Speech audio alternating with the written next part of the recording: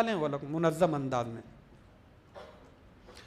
अभी चंद साल पहले वो हमारे महल्ले में जो रहते हैं टीचर साहब, उन्होंने आके बोला, मुफ्ती साहब 10वीं के एग्ज़ामात चल रहे, तो अंदर इम्तिहान हाल में दाखिल होने से पहले लड़कियों का पर्स चेक किया गया, तो एक मुसलमान लड़की के पर्स से साईं बाबा की फ़ोटो निकली। तो वो मुझे पूछा, अरे बीबी तुम मुसलमान ये फ़ोटो कहीं क्यों रखे? तो लड़की क्या बोली मालूम? मैं इसलिए रखती हूँ सर मेरा इम्तिहान आसान होना बोल के। तौबा तौबा। मैं असल में मेरा रुख इधर ही है। माँ बाकी जो है वो शकील बिन हनीफ और मिर्ज़ा कादियानी और इंजीनियर मिर्ज़ा क्या बोलते इंजीनियर अली मिर्ज़ा, वो गौहर शाही, उनके जो वो भी जो है बहुत ख़तरनाक फितने, उनके बारे में उलमा इकराम के स्पेशल बयानात होने वाले हैं। लेकिन मैं थोड़ा रुख जो देख रहा हूँ हालात को, क्योंकि हम लोग गांव देहातों में जाते आते रहते ना, तो कुफ्र और शिर्क की बुराई दिलों से निकल जा रही है, दिल सख्त होते जा रहे हैं, अल्लाह ताला मोहर लगा दे रहे।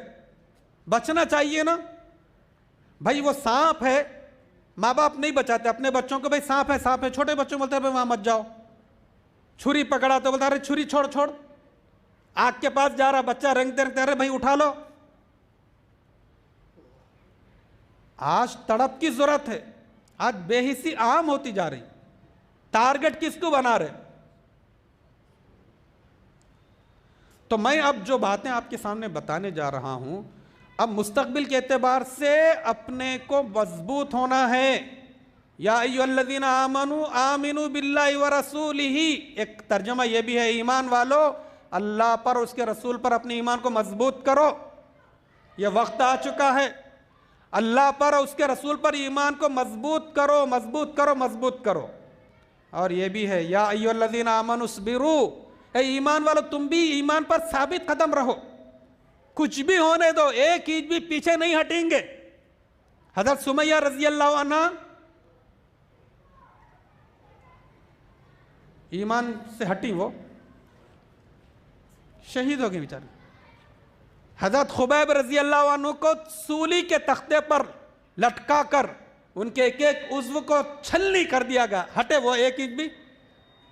इसलिए दौर आ चुका है, इस वर्कशॉप के जरिए से जो बात पूरी कुव्वत से हम कहना चाहते हैं कि देखो सबसे बड़ा सरमाया ईमान का है, हमारा बैंक बैलेंस वही है, उसको बचाओ। मुश्किल हालात और नामुवाफिक हालात में भी अपने ईमान पर साबित कदम रहो और अपनी औलाद को, उम्मत को साबित कदम रखो। हो सकता है कि बड़े बड़े इनकलाबात आए, बड़े बड़े तूफान उठ भी सकते हैं, लेकिन इसके जरिए से हम बता रहे कि अपने अकीदे की हिफाजत करो, अपने ईमान की हिफाजत करो। उनको खुश करना कोई ज़रूरी नहीं है। और हमारे लोग हैं ना बुज़दिल बन जा रहे, झंडियां दे रहे, लगा रहे खुशी से घरों में उनके, तुम ये नारा लगाओ जय श्री राम का, लगा दे रहे। अरे भाई हमारे वो बच्चों को भेजो स्कूल के, भाई यहाँ पर खाना खिला रहे, भेज दे रहे। मेरे भाइयों मामूली बात समझ रहे हैं उसको। हम यहां रहे तो क्या उनकी मुआशरत को हम इख्तियार करना? तो इसलिए मैं चंद अहम बातें आपके सामने रखना चाहता हूं।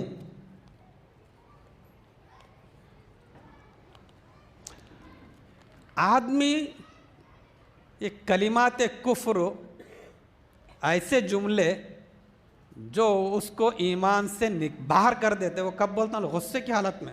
आदमी गुस्से की हालत में कैसा बोलता या जहालत, उसके पास दीन का इल्म ही नहीं है। अपने पास है ना दीन का इल्म नहीं, बहुत बड़ी मुसीबत है। लोग ऑस्ट्रेलिया जा रहे इंजीनियर बनने के लिए, मास्टर डिग्री के लिए इंग्लैंड जा रहे, नहीं जा रहे, अमेरिका जा रहे, वहाँ पर भरे हुए हैं कहते। पूरे नौजवान हमारे अपने शहरों से भोज जा रहे। टारगेट क्या है? Degree degree degree. लेकिन करीब में चलो उलमा से राब्ता रख के कुछ मोटी मोटी बातें जो दीन की मालूम करेंगे, उनके पास टाइम नहीं है, बाकी कहीं भी जाने तैयार।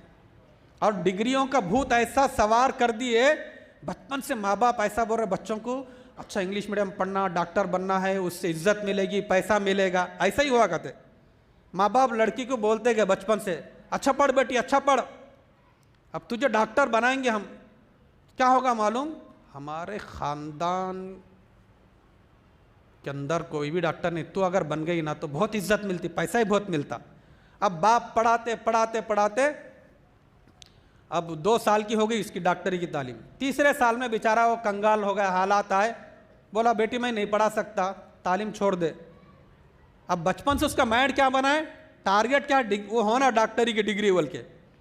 अब परेशान होके गई, वो कॉलेज गई, तो वो गैर मुस्लिम जो है साथ पढ़ने वाला पूछा क्या बहन बहुत ही परेशान नज़र आ रहे। हाँ अब्बा बोले अब जो है फीस बनने पैसे नहीं हैं, तालीम छोड़ दो बोल रहे, और मैं डॉक्टर बनना चाहती हूँ। तो उन बोला कि कोई बात नहीं, मैं आपकी फ़ीस जितनी भी अदा करूँगा और 2 साल है ना वो भी पूरा मैं देख लूँगा, खुश। मगर एक बात है, मेरे से शादी करना पड़ता। तो उन बोली कोई बात नहीं, कैसा भी मेरी शादी किसी मुसलमान से करते ना, अब तुम जो है खैर खाई कर रहे तो तुम्हारे साथ कर लेती मैं, चलो। अब घर आके अब्बा परेशान नहीं होना जी, वो हमारे साथ पढ़ने वाला है ना, वो लड़का हिंदू लड़का, उन जो है पूरी फीस बनने तैयार है, पूरा खर्च उठाने तैयार है, मगर उन क्या एक शर्त लगा के मेरे साथ शादी करना पड़ता। तो मैं मान ली, उन सर पकड़ लिया, अरे बेटी कैसा तू मुसलमान गैर मुस्लिम नहीं हो सकती ना शादी। उन बोले अब्बा एक बात सुनो, आप लोग क्या बोले बचपन से डॉक्टर बनना है, डॉक्टर बनना है, उससे हमारे ख़ानदान की इज्जत पैसा मिलता वगैरह। मैं जो है इस्लाम ईमान के खातिर, इस्लाम के खातिर मैं जो है मैं अपनी तालीम को जो है अधूरी रखना नहीं चाहती मैं, मुझे तो इज्जत चाहिए, मुझे तो जो है ये पूरी डिग्री चाहिए, कोई बात नहीं इस्लाम में छोड़ने तैयार हूँ मैं। उन रोते च रहेगा, इन जो है अपने फैसले से वापस नहीं आए।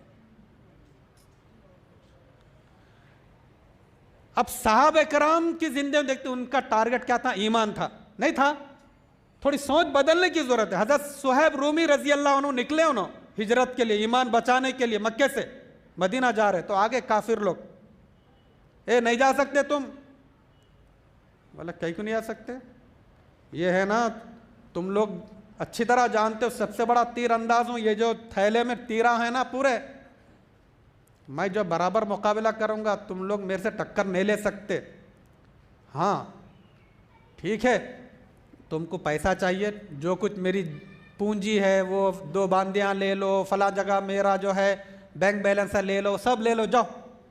उनको पैसा चाहिए था, खुश खुश चले गए, ये अपना ईमान बचा के मदीना पहुँच। उनके बारे में अल्लाह की तरफ से खुशखबरी, बशारत, फजीलत आई, तो वो लोग क्या है, जाने दो पैसा जाने दो, दुनिया जाने दो, लेकिन ईमान बच जाए। और आज क्या है, ईमान जाने दो, डिग्रियां मिल जाए, बल्कि पूछ रहे अरे मुफ्ती साहब वो अमेरिका में बच्चा वो गया MS की डिग्री के लिए, वहाँ क्या है बोले तो थोड़ा ओवर यानी पार्ट टाइम जुज़ वक्ती जो है सुपर मार्केट में इधर उधर जॉब मिल जाती, कुछ पैसे मिल जाते।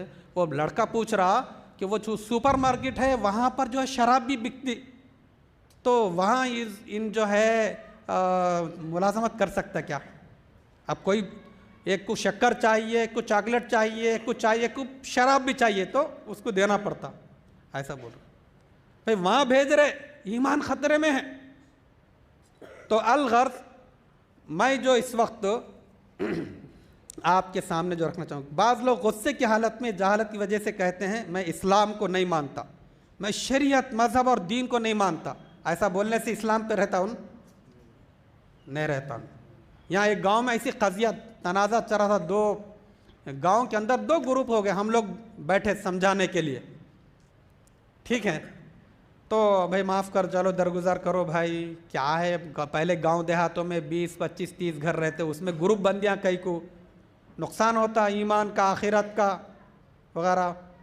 तो एक ग्रुप तो मान लिया, दूसरा उन क्या बोल रहा, नहीं साहब ये लोग बहुत मुझे परेशान करें, मैं तो बिल्कुल जो है माफ़ नहीं करता। मैं बोला देखो भाई, ऐसे मैं समझा रहा, तुम क्या बोल रहा, गुस्से में क्या बोल रहा मालूम, अगर अल्लाह आके बोले तो भी मैं नहीं मानता बोल रहा। मैं बोला बेवकूफ़ बदबक, कलमा पढ़, ऐसा।